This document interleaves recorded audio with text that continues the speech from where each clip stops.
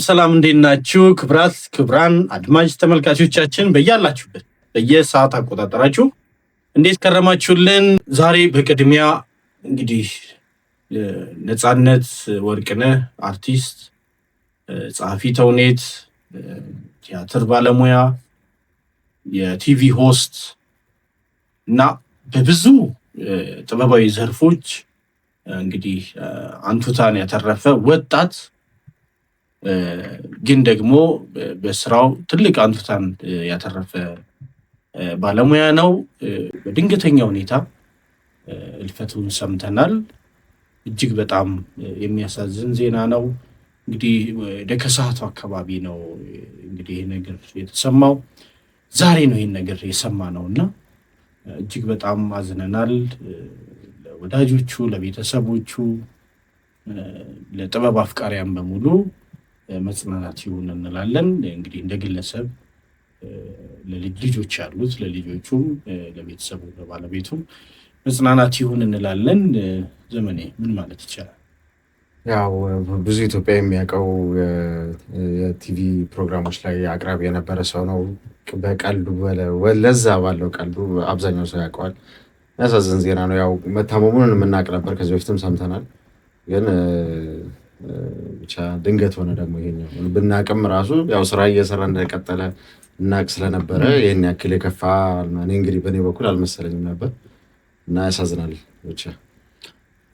እሺ እንዴት ናቸው ተመልካቾቻችን? እውነት ነው የነፃነት ማለፍ ስንሰማ ሁላችንም በጣም አዝነናል። ያው መረጃው እውነት መሆኑ ስለተረጋገጠ እንጂ ለማመን የምትችለው አይነት አይደለም። ወጣት ነው። በአይናችን ስር የነበረ በጣም የምንመለከተው የምንከታተለው ሰው ነው እና እንዲህ ሄደ ሲባል በጣም ያሳዝናል። በእርግጥ እንዳልከው ታሞ የነበረበት ጊዜ ቆየት ብሏል። ታክሞ ምናምን ድነው መጥቶ ደህና ነኝ ብሎ ነበር እና ሰው ሁላችንም አምነነው እንግዲህ ስራው ላይ መመለሱ ነው ሁላችንም የምናውቀው። የተለያዩ ስራዎችን እየሰራ ነበር። የብራንድ አምባሳደርም ሆኖ ነበር በቅርብ አንድ ትልቅ ድርጅት ጋር እና ብቻ ታመመ፣ በቅርብ ታመመ የሚባል ነገር አልሰማንም እና እንግዲህ ከዚህ ቀደም ከነበረበት የጤና እክል ጋር የተያያዘ ይሁን አይሆንም በዝርዝር ነገር አልወጣም። ብቻ ማረፉን የሰማነው በጣም ያዘን ነው። እንግዲህ ከዚህ በላይ ምን ማለት እንደሚቻል አላውቅም። የሚጠበቅ አይደለም አይደል? አንዳንዴ የቤተሰብህ አይነት አድርገህ የምታየው ሰው ስለሆነ ሁሉም ቤተሰብ ነው አይደል? የሚሰራው ፕሮግራም የቤተሰብ ጨዋታ ነው። ግን ደግሞ ሊትራሊ የሁላችንም ቤተሰብ አይነት እንደሆነ የሚሰማን ይመስለኛል። ይህ ስሜት ሁሉም ጋር ያለ ይመስለኛል። የምታውቀው አይነት ሰው ነው። ከድሮም ጀምሮ ፊልሞቹን የምናውቃቸው ናቸው። እንዴት ነው የመዝናኛ ፊልሞች ናቸው። እንደውም ለመዝናናት የምታያቸው አንዳንድ ፊልሞች አሉ። ለቁም ነገር ወይ ደግሞ የሆነ ነገር ለመጨበጥ የምታያቸው ፊልሞች አሉ። ደግሞ ለመዝናናት ለመሳቅ ስትፈልግ የምታያቸው ፊልሞች አሉ። ኤፍቢአይ ምናምን ከዛ በፊት ኤፍቢአይ ላይ ያስታውሳለሁ። ከዛ በፊት ምን ላይ ፍሬሽማንን አላየሁም። ፍሬሽማንን ግን ያየሁት እኔ በቅርብ ነው። ያው እንደሱ ድሮ አይደለም ያየሁት እኔ የዛኔ መድረክ ላይ ስታይ ያላየሁት በቅርብ ነው ያየሁት። እንደውም ግን ያው እዛም ላይ እኔ ፍሬሽማን ላይ ነው ነፃነትን ያወቅሁት ራሱ አይ ቲንክ በሱ ይመስለኛል። በጣም እንትን ይሰቀለዋል። በጣም ከባድ ስራ ነው የእውነት። በቃ ጥርስ አያስከድንም። ተጀምሮ እስኪያልቅ ድረስ ትስቃለህ እና እዚህ በቃ ጉንጭ ምናምን ይዝላል። እኔም በጣም ቆመን ነበር ያየነው። ደግሞ የሚገርም ሞልቶ ሀገር ፍቅር ነው እኔ ያየሁት እና ሞልቶ ቆመን ያየነው እና አንዳንድ ሰዎች እየቀየሩ በቃ ሁኔታህን ያዩና ትንሽና ደግሞ ቁጭ በል ምናምን እያሉ ሙሉን ቆመን ያየነው። ይገርማል። ሰው በዚህ ደረጃ ይታወናል። የእውነት እኔ በጣም ፈኒ ነበር እና ወደ ጠቅላላ ያየሁት ወደ 7 ጊዜ እንደዚህ። የምርህ ነው? የመጀመሪያው ቆሜ ያየሁት፣ ከዛ በኋላ ወንበር ሲግጥ ተቀምጬማ ካላየሁት አይቆጠርም እና ወደ 7 ጊዜ አይቼዋለሁ። ግን በቃ የተለያዩ ጓደኞቼንም እያያዝኩኝ እንደዚህ ያደረግን አይተነዋል። እንግዲህ በጣም አንዳንዴ በኋላ ነው እያዩ ፈንገስ መጥቶ የአንድ ሰው ቲያትር ያየ ነው አይደለ? ፍሬሽማን ግን እሱ ጎልቶ ስለሚታይ የአንድ ሰው ራሱ እስኪመስል ድረስ በአብዛኛው ነገር እሱ ነው እና ትልቅ ስራ ነበረ። እሱን አየን። በኋላ ደግሞ በፊልምም መጣ። ከዛም በፊት ደግሞ ከፍሬሽማንም በፊት በነገራችን ላይ እኛ ነን እንጂ ብዙ ማናውቀው የዳዊት ይዝራን ሰርተዋል ከነ ጥላሁን ዘውገ ጋር ምናምን እና እንዲህ ፉጨት አስተማሪ መስሎ ቀጭን ነበር። ስንቅ ላይ ምናምን ሁሉ ነበር ያኔ ያላወኩት ነበረ። ትንሽ ምናምን በምናውቅበት ጊዜ የተወሰኑ እንትኖች ላይ አለ። አሁን ዩቲዩብ ላይ ነው አንድ ትዕይንት ማስታውሳት ጥላሁን ዘውገ ፖሊስ ሆኖ ነው ትንሽን እያባረረ አትይዘው ነበር እኔ በኋላ ልትለቁት ምናምን ማህበረሰቡ ያለውንም ስጋት መጠቆም ምን እንደሚያመጣ እኛ ራሱ ያስጨነቀን ነበር።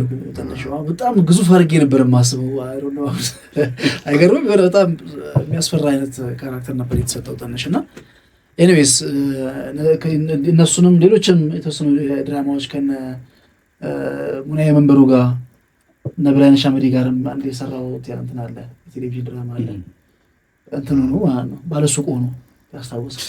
ሙናዬ መንበሩ ሄዳ እንደውም ልትበደረው ምናምን ሚሪንዳ ምናምን ከሱ ስትገዛው ምናምን በዱቢ አለ እንትን ባለሱቁ ነው ምናምን ሰርቷል። ብቻ በኋላ ስናውቀው ለካ ሌሎችም ስራው ሰርቷል። ከዚህ በፊትም ባንዳ አይመጣም ማለት ኪነ ጥበብ ላይ እሱልል ነበር። እኛ ጀርባውን ስለማናውቀው እንጂ ብዙዎቹ ታሽተው ነው የሚመጡት እና እነሱ ይፋንታው እና ሰለሞን ቦጋለ ራሱ ያኔ ኦልሞስት ከብላክ ኤንድ ዋይት ባሉጣርበት ጊዜ ሲሰሩ እንደነበረ ስታውቅ ይገርምሃል። እና ኤኒዌይስ ነፂ ያን ጊዜ ጀምሮ እንግዲህ በኪነ ጥበባችን ላይ ትልቅ አሻራ እያስቀመጠ ይመጣ። ከምንም በላይ ደግሞ የሆነ ወንድምህ የሚመስልህ ጫወታው ለዛው ድንገት ይመጡለት ቀልዶች በጣም የሚገርሙ ናቸው። የሰራው ስራ ቁም ነገረኝነቱ ሁሉ ነገር እንዳለ ደግሞ ነፂ ስታስብ ፈገግ ነው የምትለው መጀመሪያ እና ያ ሁሉ ነገር እንግዲህ ተዘጋ ምዕራፍ። እንግዲህ ኤፍቢአይ ላይ በቃ እንዲህ አይነት አክተር ነው ለብቻው ነጥለህ ስታየው የሚነገርበት መንገድ ምናምን ኤፍቢአይ ቁጥር 1 2 3 ድረስ ነው አይደል የተሰራ። ሶስቱም ላይ ሌላ ደግሞ ያንቺው ሌባ ነው ወደሱ ያንቺው ሌባ ሚስተር ኤክስ ብዙ ናቸው። እሱም ያንቺው ሌባ ላይ በቃ የሰሩት እንትን ሮማንስ ከሌብነት ተነስቶ ምናምን በኋላ ላይ ተወደዋለች ምናምን አክቹዋሊ ትዳሯም ላይ ደግሞ ያው መናጋቶች ምናምን ነበሩ። በመሃል ገብቶ እሱ እና የነበረው ነገር ምናምን ስታይ በቃ ሁለገብ የሆነ ሰው በጣም በጣም ደስ የሚል። ሌላ ደግሞ በማስታወቂያ ስራም ማስታወቂያ መዝናኛ እንዲሆን የበኩሉን ጥረት ያደረገ ተወዳጅ ሰው። ብዙ ጊዜ ጆርክ ሃይቨንትን ሲያስተዋወቅ ታስታውሳለህ? በቃ ኮንሰርቱን የሆነ እዛ ላይ የሆነ ነገር አለ ጠብቁ አይነት የሚያቀርብበት ቃላቱ ብቻ ዘዌ የሚናገርበት መንገድ ምናምን በጣም የሚስብ ታላቅ አርቲስት፣ ብዙ ጋዜጠኛ፣ የማስታወቂያ ባለሙያ እንደዚህ ሁለገብ ሲሆን ምን ብለህ እንደምትፈርጀው ግራ ይገባል። አርቲስት ብለህ ብትለው ይሻላልና ሂውመር እንግዲህ በሚዲያ ላይ ወይ ደግሞ በመዝናኛው ኢንዱስትሪ ውስጥ ካሉ ሰዎች እንዲህ በጨዋታ ለዛ እኔ ፊት ለፊት ከማስቀምጣቸው ሰዎች አንዱ ነው። እንትኖቹ አስቡ ናቹራሊ የሚመጡለት ድንገት እና በዛ ቅጽበት ያንን ቀልድ እንዴት እንደሚፈጥረው በጣም ነው የሚገርም። የቤተሰብ ጨዋታን እንዴት አይነት መዝናኛ እንዳደረገ ከፍታው ራሱ ትልቅ ከእንትኖቹ ጋር ከጥያቄ ከሚመጡ ሰዎች ጋር የሚያደርገው ዲያሎግ ላይ የሚፈጥራቸው ጨዋታዎች ፕሮግራሙን እንድትመለከት ሰዎች አስቸጋሪ አድርጎታል። የእሱ እንትኑን ፕሮግራም በጣም ከፍ አድርጎት ሌላ ሰው በምትክ እንኳን ቢገባ በስ በቃ የእሱን ለምደኸው ያንን የፕሮግራም አዝናኝነት ማግኘት ያስቸግራል። ፕሮግራሙን ማስኬድ ይቻላል፣ ምንም ጥርጥር የለውም። ግን እሱ የሚፈጥራቸውን እነዛን ሂውመሮች፣ ሳቆች፣ ቀልዶች ግን ማምጣት አለና ብዙ ስራ የሰራም ቢሆን ግን የሁላችንም ጋር ውስጣችን እንዲቀር ያደረገው ፕሮግራም ትልቅ ፕሮግራም ይመስለኛል እሱ ፕሮግራምና እኔ እመኝ ነበረ ሾው ደግሞ ቢኖረው የራሱ ሾው በቃ ሰይፉ ሾው አለ አይደል? የራሱ እንግዶች ተቀብለው እንትን እያለ ምናምን የሚሰራበት ፕሮግራም አለው ሰይፉ፣ ትልቅ ሾው አለውና ልክ እንደዛ አይነት ሾው ደግሞ ቢኖረው ነፂ በጣም እመኝ ነበረ። ከቤተሰብ ጨዋታ ውጪ ሌላ ላይክ የፈለገውን ማውራት የሚችልበት ለጨዋታውም ለምኑም በደንብ ጊዜ የሚያገኝበትና ከአድማጮች ጋር ከእንግዶች ጋር ሊኖረው የሚችለውን ኢንተራክሽን እናፍቅ ነበር። እውነት እመኝ ነበረ እሱ ሾው ቢኖረው ነው። ኤኒዌይስ በዚህ መልኩ ማለፉን ሰማን። ማመን አስቸጋሪ ነው።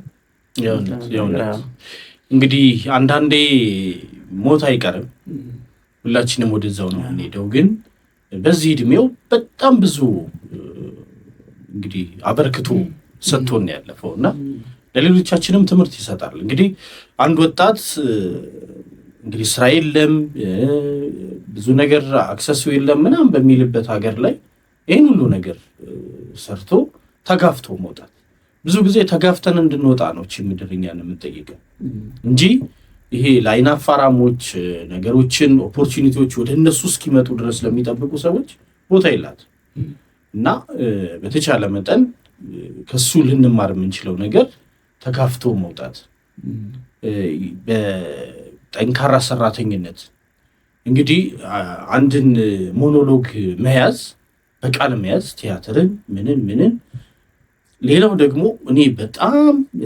እንግዲህ የቲያትር ባለሙያዎችን እንዳደንቅ የሚያደርገኝ አንድ ነገር ምንድን ነው? ለምሳሌ ቲያትሩ በሳምንት አንድ የሚታይ ከሆነ በዚህኛው ሳምንት የሆነ ኩነት ይኖራል፣ የሆነ ክስተት ይኖራል።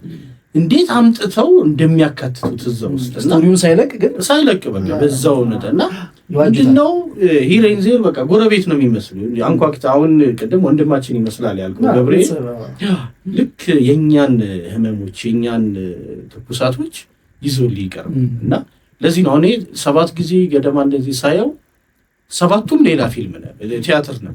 እንትኖች አሉት ባለፈው ሳምንት ያየኸውና በዛሬ መካከል ለውጥ ይኖራል። ቲያትሮች ብዙ ጊዜ መሰረታዊ የሆነው ነገር ፍሎውን ጠብቆ ይቀጥላል። ግን በቃ አዳዲስ ዛሬ ተከስቶ አይተው የሆነ ነገር ቲያትር ላይ ሲገባ እነዚህ ሰዎች አብረው ነበሩ እንዴ እስክትል ድረስ ያደርሳልና ነጽዬ በሱ ደግሞ የበለጠ ተለይቶ ይታወቃል። በተለይ ደግሞ ዓለም ሲኒማ ላይ በቃ በጥራት ቲያትሮችን ከነ ሙሉ ክብሩ እኔ የእውነት ዓለም ሲኒማ በዚህ አጋጣሚ ምስጋናውን ይሰጡ ባለቤቶች። በቃ ቲያትር ብቻ ለማየት ብለህ ስትሄድ የሆነ ድባብ አለው እና እዛ ላይ እንግዲህ ሌሎችም ፍሬሽማንንም ጀምሮት ሌላም ደግሞ በሳምንት 2 እንደዚህ ብቻ ቲያትሮች ያቀርቡበት ነበርና ትልቅ ስራ ነበር የሚያቀርበው። ዘመኔ አይተኬነቱን ስታወራ ነበር ቅድም ከመግባታችን በፊት። ያው እንዳልኩ እንትን ሰዎች የየራሳቸው ቴክስቸር አላቸው። አሁን ሙያ አንተ በምታቀርብበት መንገድ ሌሎች ሰዎች የማቅረብ ፕሮባቢሊቲያቸው አነስተኛ። ያው ሰው አይተካም ምናምን ለማለት ሳይሆን ሁሉም ሰው ሊተካ ይችላል። ግን የራስ የሆነን እንትን ማሳየት ከቻል፣ ትክክለኛ ማንነትን ማሳየት ከቻል ብዙውን ጊዜ ዩኒክ፣ ያው ሰዎች ሁላችንም ዩኒክ የራሳችን የሆነ ባህሪ አለን። ደስ የሚል ፕሮግራሞችን ወደሱ ወደሚመስል መልክ ቀይሯቸው ነው። እንዳልኩ ቅድም ፊልሞቹን አሁን ስታያቸው የነፃነት እንትን አላቸው፣ ቴክስቸር አላቸው። ሌላ ሰው ቢሰራው እንኳን የዛን ያክል ሊሆን ይችላል የሚያጠራጠር ነገር አለው እና ደስ የሚልም ውበት እንዲኖረው አድርጎታል። የእሱ አይነት አሁን የጠራቸው ፊልሞች እኮ ይቀራረባል። የሆነ አይነት ካራክተራቸው፣ አነጋገሩ፣ አኳኋኑ ምናምን ይቀራረባል። አንድ ፊልም ላይ ወጣ ያለ ካራክተር ሰርቶ ሰላም ነው ራሱ አልመጣልኝ። ምን ፊልም ነው ያቀን ነው ከአለማየሁ ታደሰ አባቱ ሆኖ እሱ ልጅ ሆኖ ሄለን በድሉና እሱ ፍቅረኛሞች ሆኖ የሚሰራው እሱ ጉልቤ ነገር ነው ሆኖ የሚሰራው። እንዲህ ባር ክለብ ውስጥ ምናምን ነገር የሆነ ገረገር የሚፈጥር ሰው ካለ ቢጣላ አይረስተው ነው የሚሰራው እና ብዙ ጊዜ ለእስር የሚዳረግ አይነት ካራክተር ነው የሚሰራው። አፍቅራው ይሄ ማውራቱ ምን ማለቱ ምናምን የለም። በቃ እንትን ነገር ጉልቤ ነው የሚጫወተው እና አልመጣልኝም ነበር ሳይተውሎ ቀርቶ አይደለም ፐርፌክትሊ ተብሎታል። ግን ያ የለመድነው ስላለ አስቸጋሪ አድርጎታልና በጣም ነጽ ቢስ ማድረግ ይከብዳል። እንዲህ የሳቅን ምናምን እናወራው ቀልዱና ጨዋታው ሊረሳ ስለሆነ ነው እንጂ እንትኑንም ስላላመንን ጭምር ነው ማለፉን ስንቀብረው ነው ምናምነው። እጅግ በጣም ያሳዝናል። እውነት ለመናገር በየእንትኑ የሚረብሸን ይመስለኛል በየጊዜው እየመጣ እውነት ነው።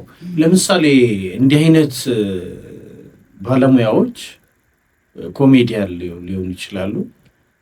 ውስጣቸው ብዙ የተዳፈነ የሚቀመጥ ነገር ይኖራል። ለምሳሌ እሱ ህመሙን ራሱ ለመደበቅ የሄደበት ጥረት ይገርማል። የሆነት ኢቢኤስ ላይ አንዳንዴ አረማመዱንም አይተህ ምናምን በተለይ ታክሞ ከመጣ በኋላ እኮ እኔ ለሰዎች ሳወራ ነበር አይ ግልጽ በግልጽ የሆነ አይነት የጤና እክል እንደገጠመው በተለይ ለሱ ቅርብ የሆኑ ሰዎች የምናውቃቸው ስላሉ ይሄ ነገር እንዴት ነው ምናምን ስል ያመዋል እኮ ያው ችሎት ነው ምናምን ትባላል። ቲቪ ላይ ግን የምታየው ነፄ ያስለመደንን የማይነሳን የማይከለክልን አይነት ሰው። ስለዚህ በጣም ጋር አይ ቲንክ ከህመሙ ጋር እየታገለ ነው እነዚህን ዓመታት ያሳለፈው ማለት ነው። 1-2 ዓመት ቢሆን ነው መታመሙ ከሰማን በዛ ደረጃ ሲሪየስ በሆነ መንገድ ግን ከዛ በፊት ደግሞ ትኩረት ሳይሰጠው የቆየበት ዓመት አለ። በዛ ቢሆን ነው በዚህ ፍጥነት እንግዲህ በዛ ምክንያት ከሆነ ህይወት ያለፈው ደረጃው ሲወጣ ግን ሞስት ላይክሊ እንደዛ ይሆናል ብለን ነው የምናስበው። እንደ አባት ስለ ልጆቹም ሲያወራ ከሰይፉ ጋር የነበረውን ቆይታ አይተናል። አንዳንድ ነገሮችን በጣም ወሳኝ ነገሮችን ቀለል አድርጎ የሚያቀርብባቸው መንገዶች እንደ አባት ምን አይነት ሚና እንዳለው እኔ በአብዛኛው ይሄ በጣም የርቀት ቤተሰብ ምስረታ ብዙ አይመቸኝ። ልጆቹ አሜሪካ ናቸው እንግዲህ እንደሚታወቀው ባለቤቱ አሜሪካ ናቸው። አውሮፓ የሆነ ሀገር መስሎኝ ነበር። አሜሪካ ናቸው። ቀድሞም ከመጋባታቸውም በፊት እኮ አሜሪካ ምትኖር የነበረች ናት። ከተዋወቁ በኋላ አሜሪካ ሄደች። ከዛ ታሪኩንም ሲያነሳ እዛ ላይ ሰምተን ነበር እና እንግዲህ በዚህ ርቀት ልጆቹም ይናፍቁታል። እንደ አባት 3 ልጆች እንዳሉትም አንስተዋል። ባለቤቱ ትናፍቀዋለች። ግን በቃ ለጥበብ በቃ ሀገሬ ቃል በቃል አንድ ያነሳት ነገር ነበረች። እኔ እኮ በእግሬ እየተራመድኩኝ ምሳሌመው ቤተክርስቲያን እፈልጋለሁ ያለውን ኢንተርቪው አስታውሳለሁ። እና እዛ ለምን እንዳልቆየ ለምን ተብሎ ወደዚህ እንደመጣ ምናምን ሲናገር ወደ 11 ወር ገደማ መሰለኝ ቆይቶ የመጣውና ለኢትዮጵያ የተሰራ አይነት ኢንደሚክ የምንለው አይነት እና በቃ እኔ ምሳሌመው ቤተክርስቲያን እፈልጋለሁ ብሎ ያነሳው ነገር ነበር። እና ለማንኛውም ነፍስ ዘመን የምትለው የመጨረሻ እኔ እንኳን ማለት እንፈልገው ያውስ ወጣት ስትሆን እንትን ነው የሚመስልህ ነገሮች የማያልቁ በቃ ሁሉ ጊዜ በቃ አክቲቭ እንደሆን ጤናማ እንደሆን ምናምን ነው የምታስበው። ግን በዚህ እድሜ ያስበዋል ማለት ሰደን ሎሶች አሉ ሁሉ ጊዜ የምናያቸው እንግዲህ አዲስ አይደለም። ግን እንደዚህ አይነት ኢቨንቶች ግን ሰዎችን ሪያላይዝ እንዲያደርጉ የሚያደርጉ ናቸው። በቃ በቻልከው አቅም በቻልከው ጊዜ ባለህ ኢቨንት በተሻለ አቅም መሞከር አለብህ። የሆነ ነገር መስራት መቻል አለብህ እንጂ ማለት ጊዜ ያለኝ እያልክ እንደዛ ማለት አያስፈልግም። በቃ እቺ ነች አንቺ መልእክት ነች። ሁሉም ሰው በቃ በተቻለው አቅም ባለው ጊዜ የቻለውን ነገር ማድረግ አለበት። ለሆነ ቀን ጀምሯለሁ እያልክ ምናምን የምታቆያቸው ነገሮች ባይኖሩ ነው ቆንጆ። ጀምረህ ባይሳካ ይሻላል በጣም። ስለዚህ ባለፈውም አንድ ጊዜ የሰራነው ፕሮግራም ላይ ይሄንን ነው አውርተን ነበር ስለ በሞት አልጋ ላይ ሆኑ ሰዎች የተጠየቁ ጥያቄዎች እና መልሶቻቸውን ምናምን ብለን ነበር። በቃ ይሄን ነው ሁሉም ሰው የሚያነሳው ነገር። በቃ መሞከር አለመሞከር ማለት መሞከር ሲገባኝ አለመሞከር ወይ ደግሞ ማድረግ ሲገባ አለማድረግ ምናምን ነው የሚያነሱት ነው። እባካችሁን ሁላችንም ነው ይባላል ሁላችንም በሚል እባካችን ደስ ይላል። ለማንኛውም ለመላው የጥበብ አድናቂያን የጥበብ ቤተሰቦች የሱ ወዳጆች ቤተሰቦች ጠቅላላ እኛም የተሰማን መሪር ሐዘን ነው። እንደ አቤት ሚዲያ እጅግኑ በጣም አዝነናል። ነፍስ ይሄር ነፍስ ይማር ለማለት እንወዳለን በዚህ አጋጣሚ። ለማንኛውም እንግዲህ ከጎኑ እንግዲህ ከሱ ልፈት በኋላ መደረግ ያለበትን ነገር በሙሉ ለማድረግ አቅሙ ያላችሁ በሙሉ ትብብር እንደምታደርጉ እናምናለን። ምክንያቱም በጥበብ ዙሪያ በጣም ብዙ ዋጋ የከፈለ ብዙ አርአያነት ያለው ለብዙ ወጣቶች ደግሞ ወደ ጥበብ መምጣት ምክንያት የሆነ ሰው ስለሆነ በተቻለ መጠን ክብሩን በሚመጥን ሁኔታ እንግዲህ የቀብር ስነ ስርዓቱም እና መሰል ነገሮች እንደሚደረጉ እንግዲህ በመተማመን ይህንን ዝግጅታችንን እዚህ እናጠቃልላለን። ለማንኛውም ለሁላችንም መጽናናቱን ይስጠን። ነፍስ ይማር ነፍስ ይሄር። አሜን።